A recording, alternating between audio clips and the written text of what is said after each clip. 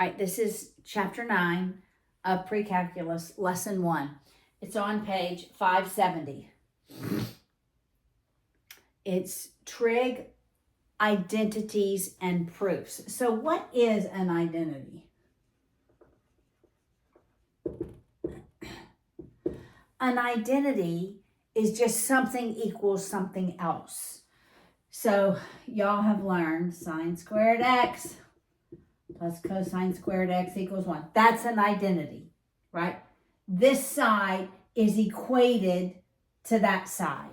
And we will use identities for the purpose of substituting into equations so that we can prove that one side equals the other side. Like the simplest one that I can think of is the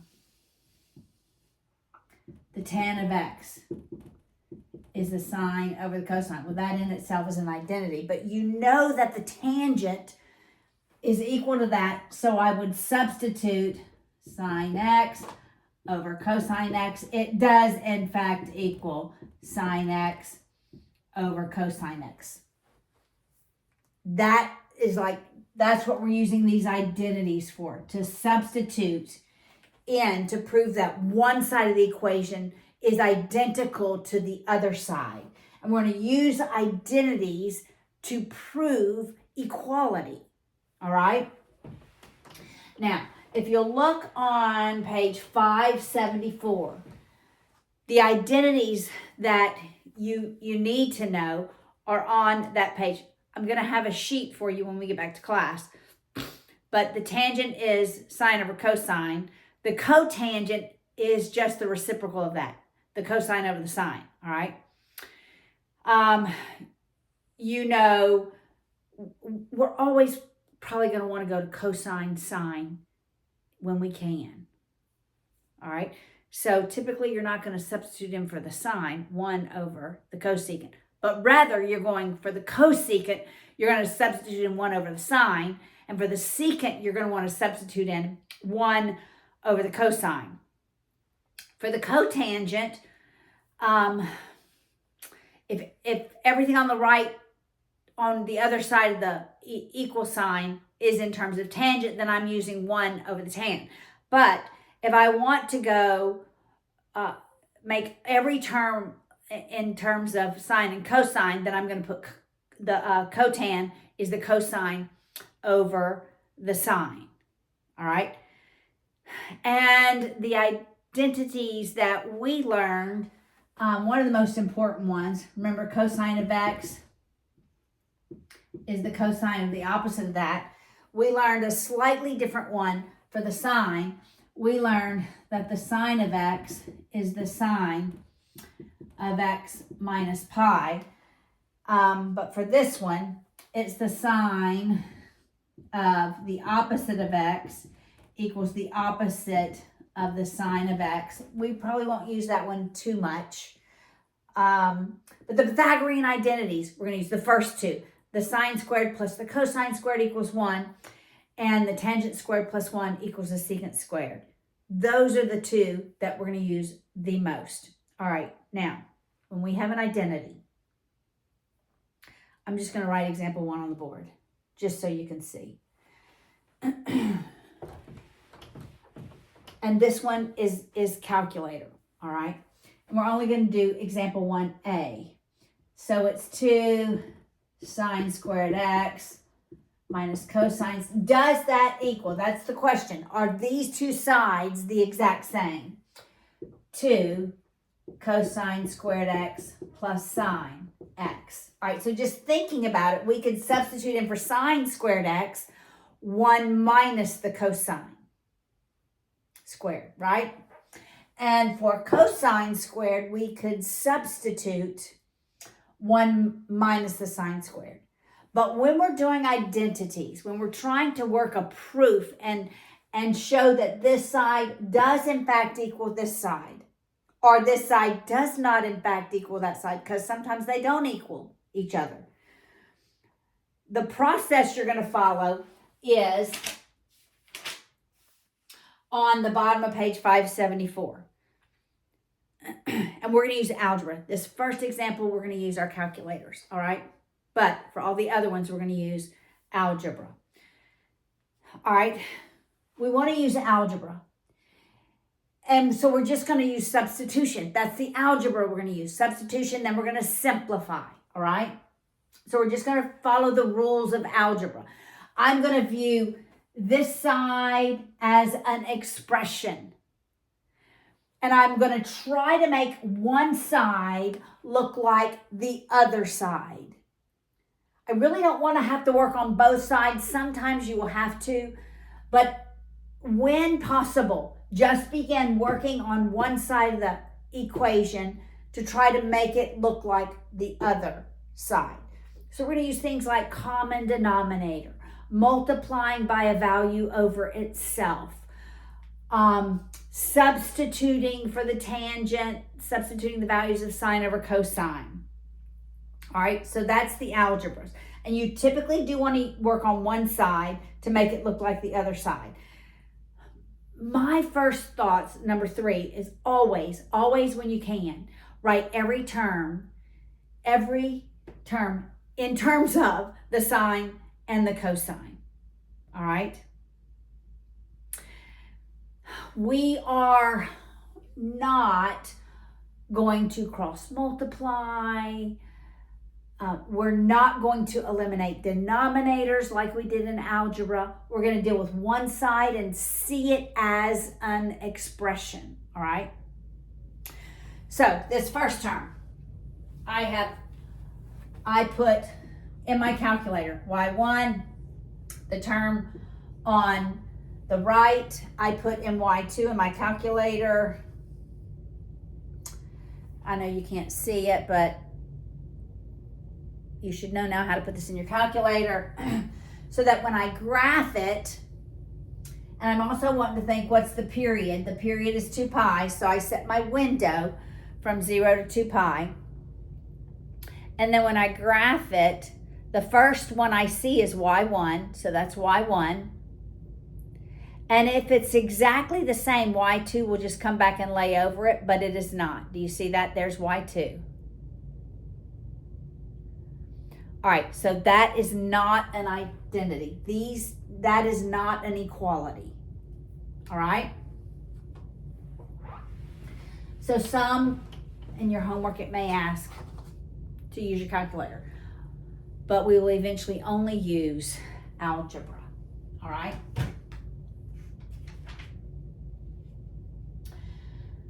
We're not going to do example 2. Let's jump to example 3 to the end. All right? All right, you ready? Look at example 3. It's on page 575. 575, yes. All right, we have 1 plus the sine of x minus the sine squared x over the cosine x equals the cosine x plus the tan of x. All right. This side feels a little more complex than this side, so I'm going to work on the left-hand side to make it look like the right-hand side. So I'm treating the left-hand side like an expression. When I first look at this, I see 1 minus the sine of x, which makes me think that's the cosine squared. So let's see if we can put those terms together. Substitute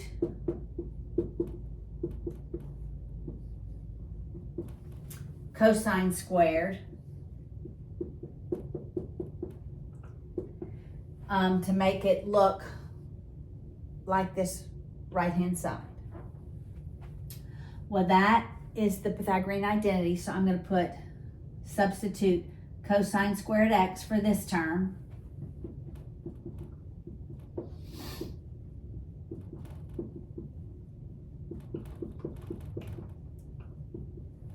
Now, I have a common denominator. I'm going to separate the terms. I'm going to put cosine squared over cosine, then I'm going to write sine over cosine. All right? It's the exact same term.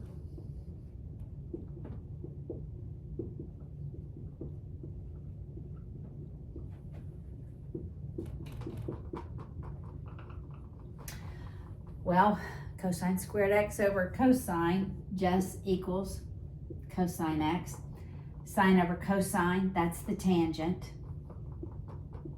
And this is, in fact, an identity.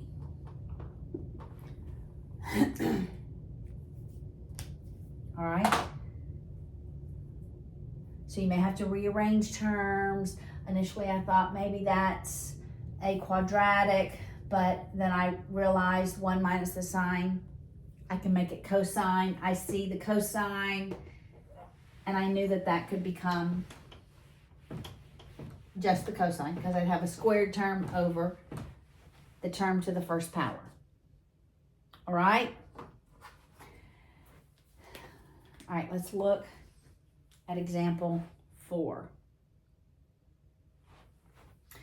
Example 4 is cosecant x plus cotan x. We're simplifying this one. We're not actually doing a proof. Okay, so we're just simplifying this. So because this is cosine, I'm going to write both of these in terms of cosine sine. So the cosecant is 1 over the sine.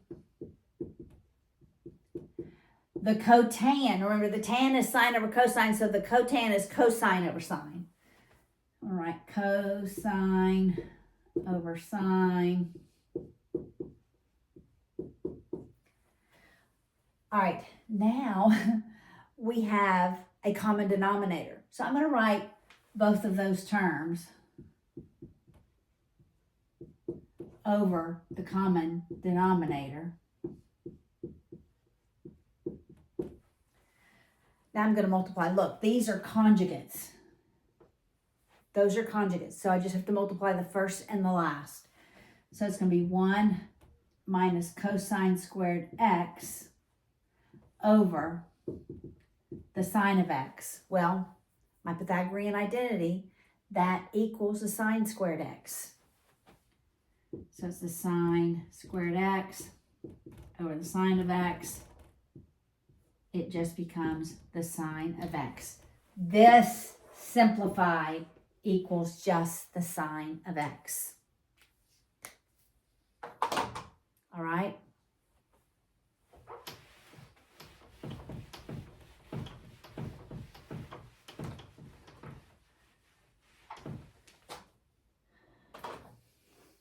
All right, let's move on to example 5.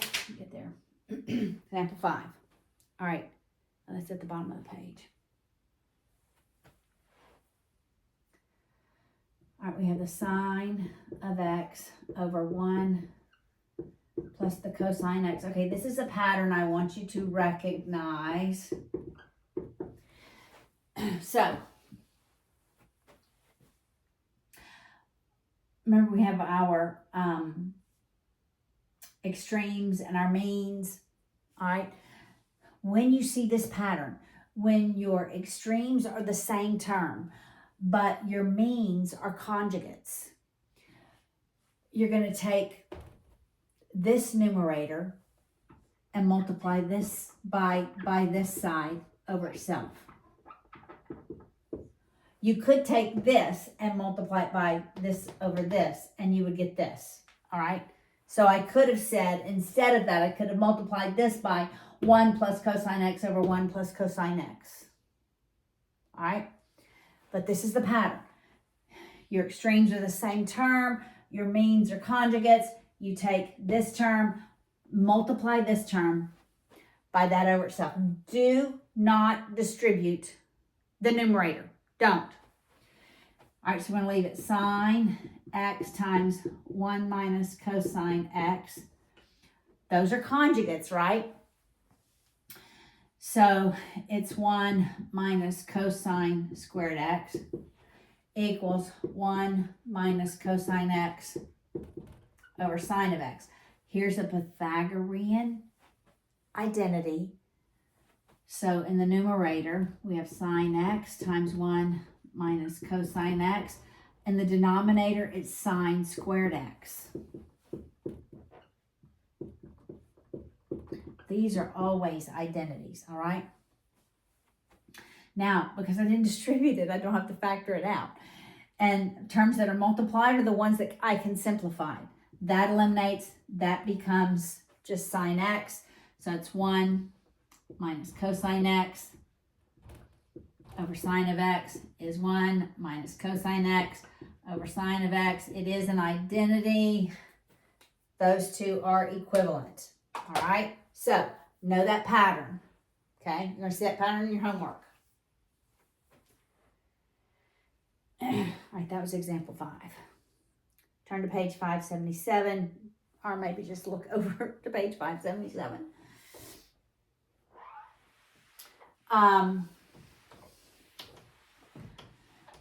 It says dealing with each side separately. I think I'm going to deal just with the left-hand side. All right, that's what I think I want to do.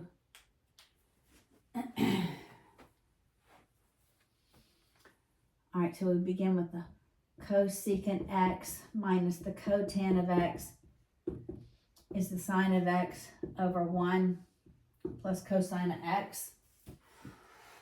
All right, the cosecant is 1 over the sine. The cotan is cosine over sine.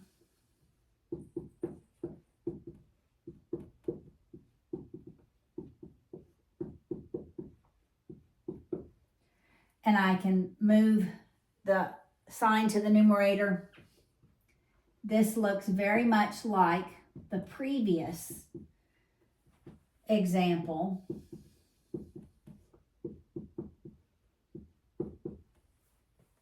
Right? Except now we have our means is the same and our extremes are conjugates, but you're going to do the same thing. You're either going to take 1 plus cosine x, multiply it over itself.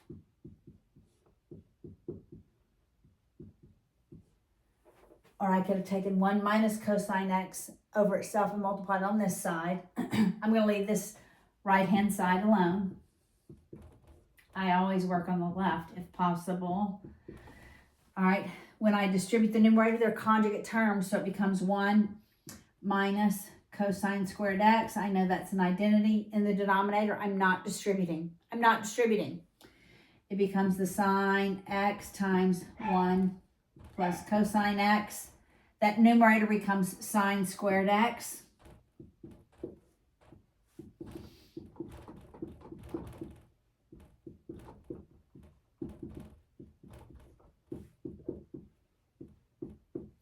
And I can simplify terms that are multiplied. And as you can see, this is, in fact, an identity.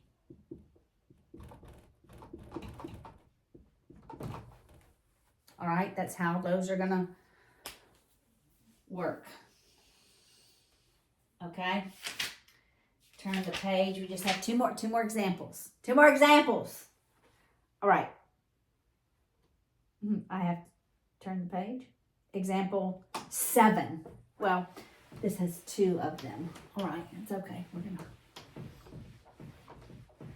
work these 2 out. Let's use orange. I wonder if you can see orange. I don't even have any black.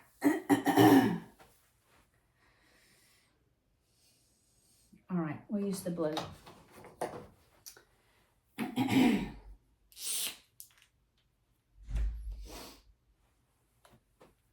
All right, 7a.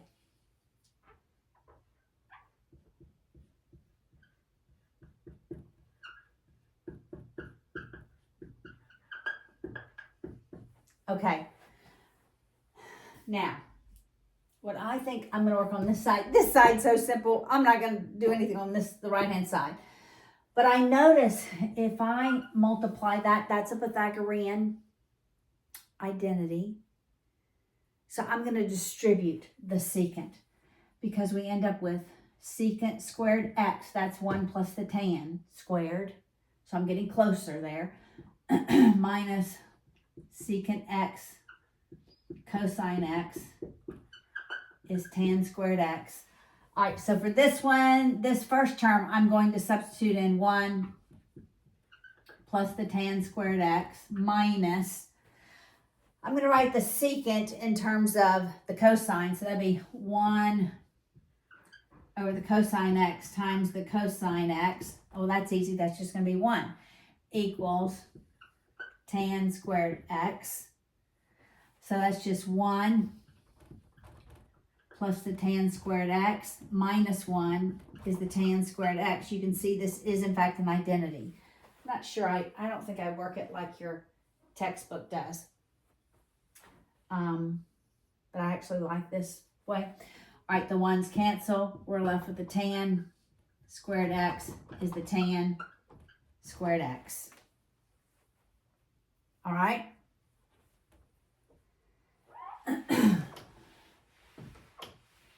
Let's look at the next one. All right, so we have B, 7b, the secant x over the tan of x equals the tan of x over the secant x minus the cosine x. I really think I want everything to go in terms of sine and cosine. All right, let's do everything in terms of cosine, sine. So the secant is 1 over the cosine x. The tan is the sine over the cosine. That's going to be easy because we have the same denominator. All right. All right, the tan is the sine. And now I'm actually going to work on both sides of the equal sign. All right, so this is the sine x over cosine x. Secant is 1 over cosine x minus cosine x. Okay, so think about algebra, right? We have complex fractions. Well, this one's easy. The cosine eliminates. It's 1 over the sine of x. I'm going to make a common denominator in the denominator.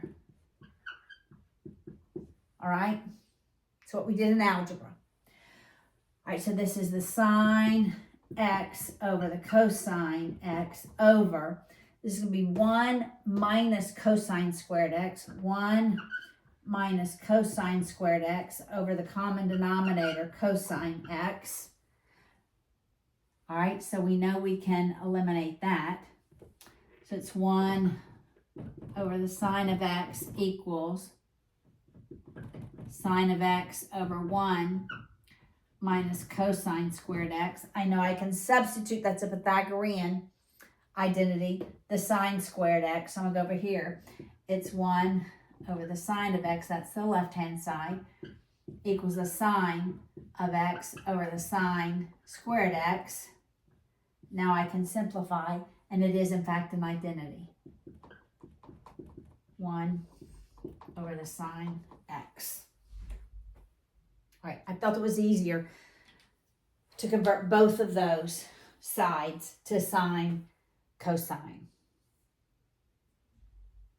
All right. Last example, example 8.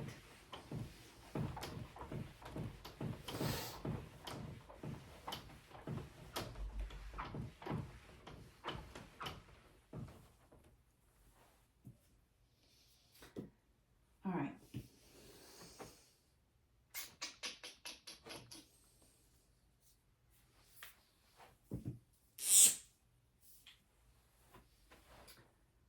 All right, we have the cotan x minus 1 over the cotan, it's not cosine, hold on, cotan.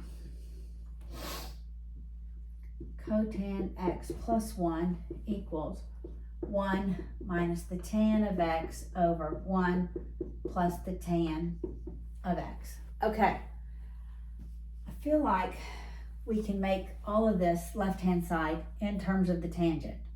All right, so I'm going to rewrite the cotan as 1 over the tan of x minus 1 over 1 over the tan of x minus 1 equals 1. I'm not going to do anything to the right-hand side. All right, now I want a common denominator in the numerator and the denominator. All right, so I'm going to multiply this by tan x over tan x, and this tan x over tan x, all right? So that we end up with 1 minus the tan x over the tan x, all over 1 minus, oh, this is plus, see, I messed up my sign, 1 plus tan x over tan x, which equals 1 minus tan x over 1 plus tan x. So now I have a common denominator in the numerator and denominator. So it's 1 minus tan x. It is an identity.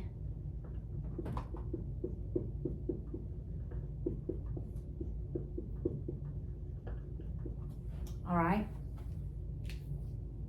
I'll post a homework video in just a little bit.